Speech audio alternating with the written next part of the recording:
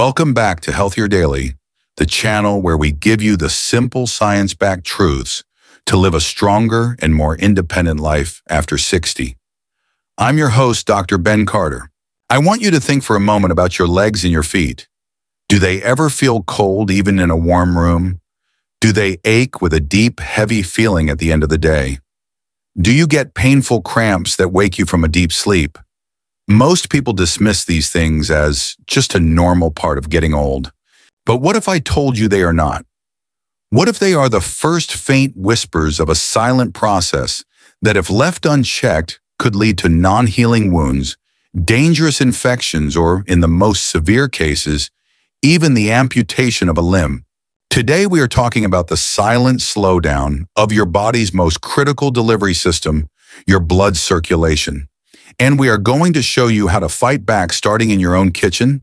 To guide us through this incredibly important topic, we are joined by a man who has spent his life studying the body's vascular system and the power of food as medicine. It is our great honor to welcome Dr. Shigeaki Hinohara. Thank you, Ben. It is so important to begin this conversation. Doctor, can you please explain for our viewers what is actually happening inside the arteries that causes this dangerous slowdown in circulation to our legs and feet? The main problem is a condition called atherosclerosis, which you may know as the hardening of the arteries. Over many years, a sticky substance called plaque, which is made of cholesterol, fats, and other materials, can build up inside your artery walls. This makes the arteries become narrow and stiff, like an old plumbing pipe that is getting clogged with rust. When this happens, specifically in the arteries that supply blood to your legs and feet, it is called peripheral artery disease, or PAD. And for people with diabetes, this problem is even more dangerous, isn't it? Yes. Diabetes can also cause nerve damage or neuropathy in the feet.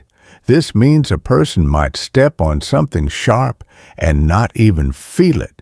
If the blood flow is also poor, that small unfelt wound cannot heal properly and can quickly become a very serious infection. This is why it is so critical to recognize the early warning signs.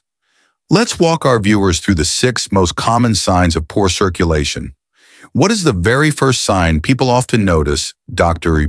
The very first sign is often numbness, or pins and needles tingling in the feet and legs, even when you have not been sitting in a strange position. And that feeling is a direct signal from your nerves that they are not getting enough oxygen and nutrients from your blood. What is the second sign? The second sign is constantly cold feet.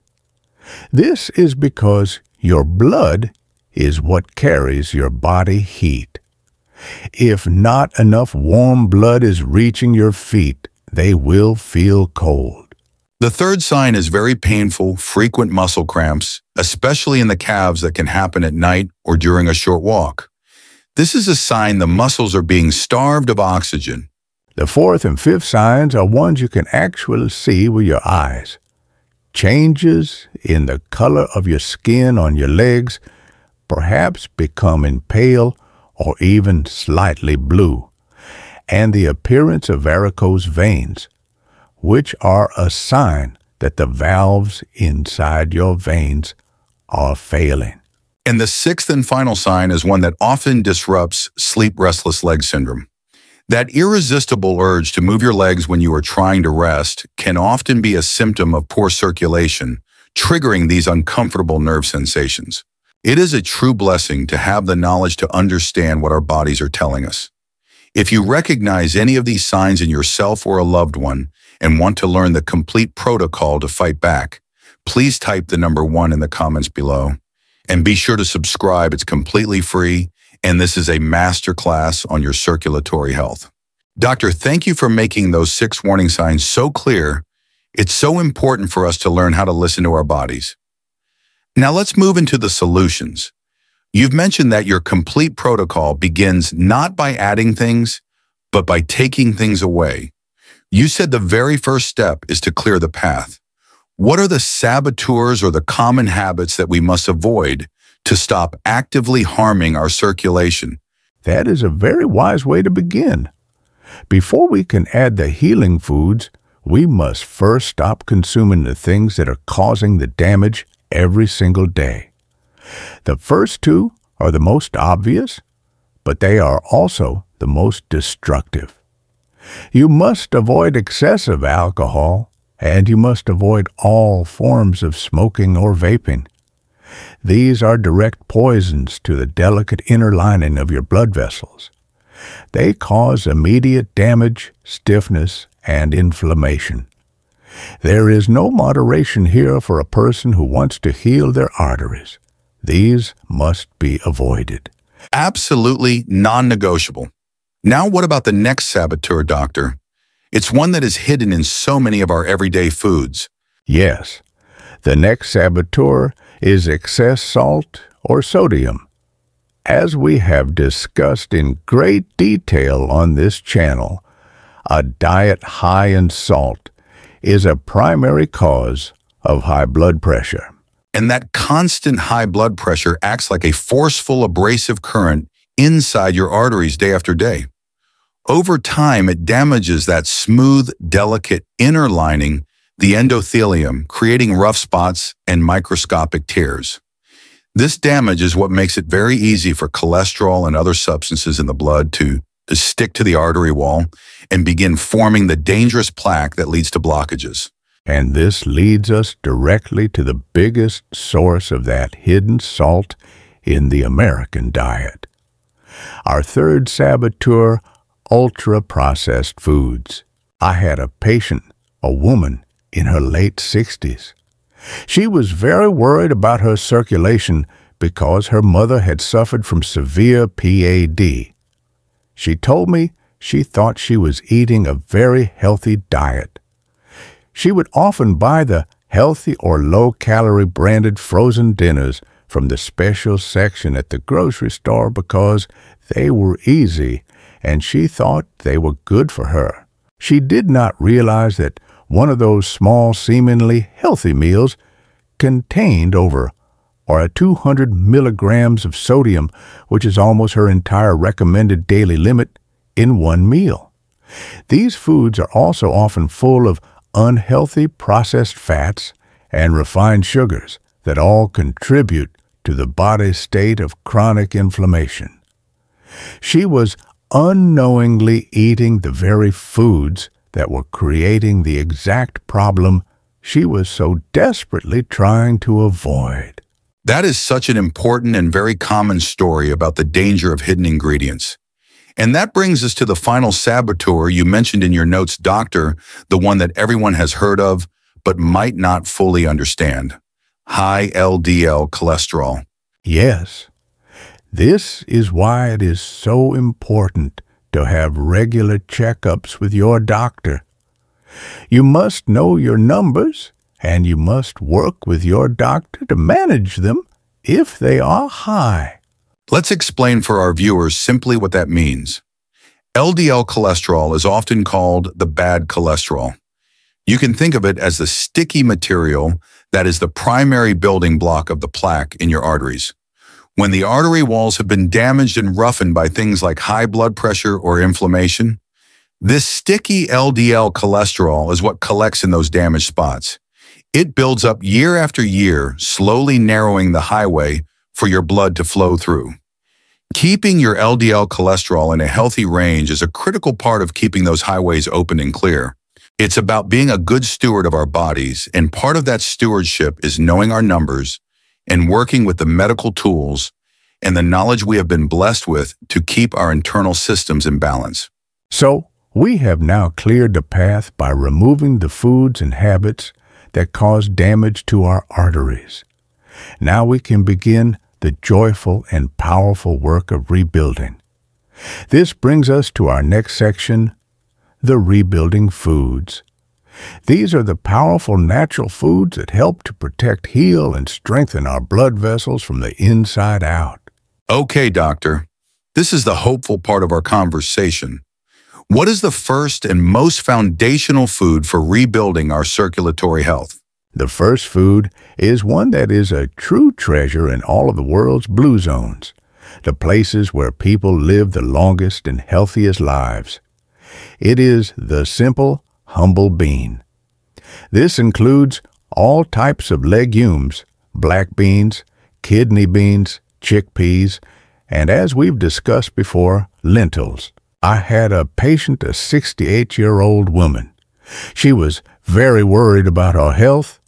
Her doctor had recently told her that her LDL, or bad cholesterol, was too high, and that she was carrying a lot of stubborn visceral fat around her midsection, which is the most dangerous kind for heart health. She also told me she felt tired all the time. She came from a family that ate a lot of meat and potatoes at most meals. We made a simple but profound change. I asked her to replace the meat portion of her lunch with a simple serving of beans or lentils 5 days a week. She would make a big pot of lentil soup on the weekend or a simple 3-bean salad that she could eat from all week. After 3 months of this one change, she went back to her doctor for new blood tests. Her LDL cholesterol had dropped by nearly 20 points. But more importantly, she told me she had more energy than she had felt in years. The beans were truly healing her from the inside out. That is a fantastic result, doctor. And the science explains exactly why this simple swap is so powerful.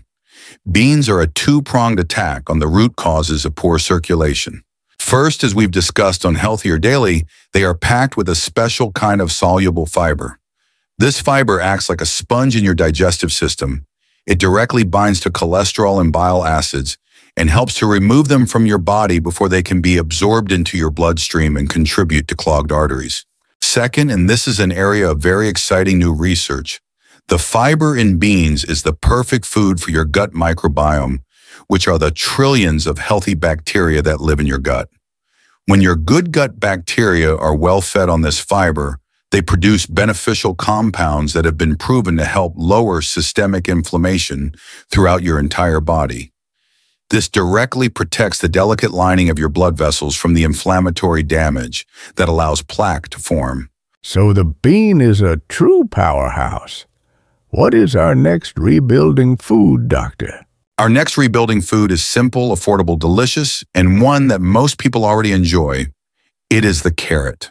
Yes, and its beautiful bright orange color is the key to its protective power. That's exactly right. That bright orange color comes from a class of powerful antioxidants called carotenoids. To keep the science very simple, one of the first steps in the process of atherosclerosis is the damage or oxidation of those LDL cholesterol particles we just talked about. The carotenoids that you get from eating carrots are absorbed into your bloodstream and act as powerful protectors. They help to shield those cholesterol particles from that initial oxidative damage.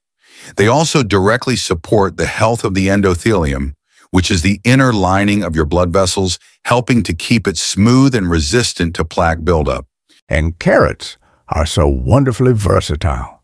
You can, of course, eat them raw as a crunchy and satisfying snack. You can shred them into your salads for color and sweetness, or you can roast them in the oven with a little bit of olive oil. Cooking the carrots gently and eating them with a healthy fat like olive oil actually helps your body to absorb those protective carotenoids even better. It is a very simple and delicious way to protect your arteries. This is so practical and hopeful. It shows that the most powerful medicines are often the simplest foods. We're so grateful to share this with our amazing community. To help us see our global community, please let us know what city, state, or country you are watching from. It is a true blessing to connect with all of you. So beans and carrots are a fantastic foundation for a circulation-friendly diet, providing essential fiber and protective antioxidants. Doctor, what is the third rebuilding food on your list? It's one that is famous all over the world for its powerful flavor. Yes, our third food is both a delicious seasoning and a powerful medicine. It is garlic. It has been used for thousands of years in traditional medicine to support the health of the heart and blood vessels. I had a patient, a 70-year-old man, who was an avid walker his entire life. But he was developing the early signs of PAD. He told me that he could only walk about 1 city block before he would get a painful cramping and tightness in his calves that would force him to stop and rest. It was very frustrating and discouraging for him. In addition to a complete diet and lifestyle plan, we made sure that he included cooked garlic in his meals every single day. Over the course of 6 months, combined with his commitment to gentle daily walking, his pain-free walking distance more than tripled.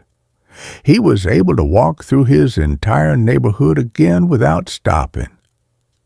The compounds in the garlic were helping to improve the blood flow to his hard-working leg muscles. That is a fantastic outcome. And the science on garlic is very strong. It appears to work in 2 main ways to support circulation. First, multiple studies have shown that the active compounds in garlic can help to lower bad LDL cholesterol and prevent it from becoming oxidized. As we've discussed, this is a key step in slowing the buildup of plaque in the arteries. Second, and this is the crucial warning that we must give our viewers, garlic acts as a natural anticoagulant. In simple terms, it has a mild blood-thinning effect. For most people, this is a benefit. But as we have said before, if you are already taking a prescription blood thinner like warfarin or even a daily baby aspirin, you must speak with your doctor before you start consuming large amounts of garlic, especially raw garlic. The combination could make your blood too thin. Yes, that is a very important warning. For most people, simply sautéing a few cloves of fresh garlic in a little bit of olive oil with your vegetables for dinner is a wonderful and safe way to get its benefits. So garlic is a powerful but nuanced addition to the diet. What about our next food, doctor? It's one that I think people will be very happy to hear is on the list. Yes, our fourth rebuilding food is a healthy indulgence. It is high-quality dark chocolate. And when we say dark chocolate, to be very specific for our viewers, we are talking about the kind that is at least 70% cacao or higher. The power is in the cacao bean, not in the sugar and milk that are added to most candy bars. Cacao is incredibly rich in a specific group of antioxidants called flavonols. These flavonols have been shown in numerous studies to directly improve the health and flexibility of the endothelium, which is the delicate lining of our blood vessels. They do this by boosting the body's natural production of nitric oxide, which, as we know, is the signal that tells our arteries to relax and widen, which directly improves blood flow. The study mentioned in the source material was fascinating, finding that these compounds could even help mobilize stem cells from the bone marrow, which are the body's master repair crew. So, enjoying a small square of very dark chocolate after a meal is a wonderful and healthy treat. But you must choose a product with a high cacao percentage and very low sugar. And it is best to avoid eating it with a large glass of dairy milk, as some research suggests that the proteins in the milk can bind to the flavonols and interfere with their absorption. That is fantastic news for all the chocolate lovers out there. What is our fifth and final rebuilding food, doctor? Our final food is a simple traditional beverage that is enjoyed all over the world. It is black tea. While green tea often gets more of the health attention, black tea is also a true powerhouse for our blood vessels. The fermentation process that turns green tea leaves into black tea creates a different set of powerful antioxidants called the flavins in addition to the catechins that it also contains. Both of these compounds have been shown in studies to improve the function of the endothelium and support a healthy cardiovascular system. It's a testament to the fact that there are so many simple, blessed gifts in nature that can support our health. And just like with the dark chocolate, to get the full benefit of the antioxidants in your tea, it is best to drink it plain without adding milk or a lot of sugar, as these can interfere with the beneficial compounds. Doctor, those 5 rebuilding foods are incredible and offer so much hope. To finish our complete protocol today, the source material you shared also lists a few key lifestyle amplifiers. What are the final simple habits that can boost the benefits of this healthy, circulation-friendly diet? Yes, the food you eat is the foundation, but how you live your life every day matters just as much. The most important amplifier, as we discussed in a previous video, is regular, gentle exercise. A simple, consistent walk is the best medicine you can give to your arteries. Next is stress management. As we know, chronic stress floods the body with the hormone cortisol, which is very inflammatory and damaging to the delicate lining of your blood vessels. Simple daily practices like deep breathing, prayer, or meditation are essential for keeping your system calm. And we must mention gut health again. A diet that is rich in fiber from the beans and carrots we talked about feeds your good gut bacteria. A healthy gut helps to lower inflammation throughout your entire body, which directly protects your blood vessels. And finally, the source text mentions preparation methods. As you always teach, Dr. Gentle, cooking like steaming or roasting is always better for our health than frying foods in high-heat processed oils, which can create inflammatory compounds.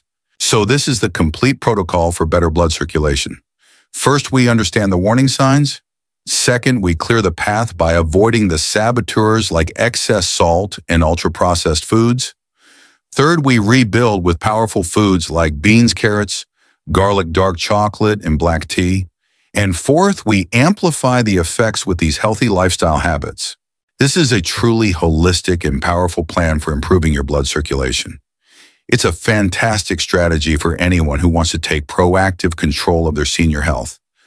By following these simple steps, you are not just helping your legs feel better. You are supporting your heart and your brain, which is the absolute key to good senior health. This is all about creating the best possible blood circulation for a long, healthy, and vibrant life. I want to leave everyone with this one final thought. Your body has a deep and profound desire to heal itself. Our job is not to force it, but to give it simple, consistent support. A few good foods, a few minutes of gentle movement each day, and a little bit of quiet attention. This is the true path to feeling better. Do not be discouraged. Start with just one small thing today. That is the perfect message to end on, Doctor. Start with one small thing. It's a wonderful reminder to be a good steward of the amazing body we have been blessed with. And of course, the wisest first step is always to speak with your personal doctor before making significant changes to your diet or lifestyle, especially if you have any existing health conditions or are taking medications.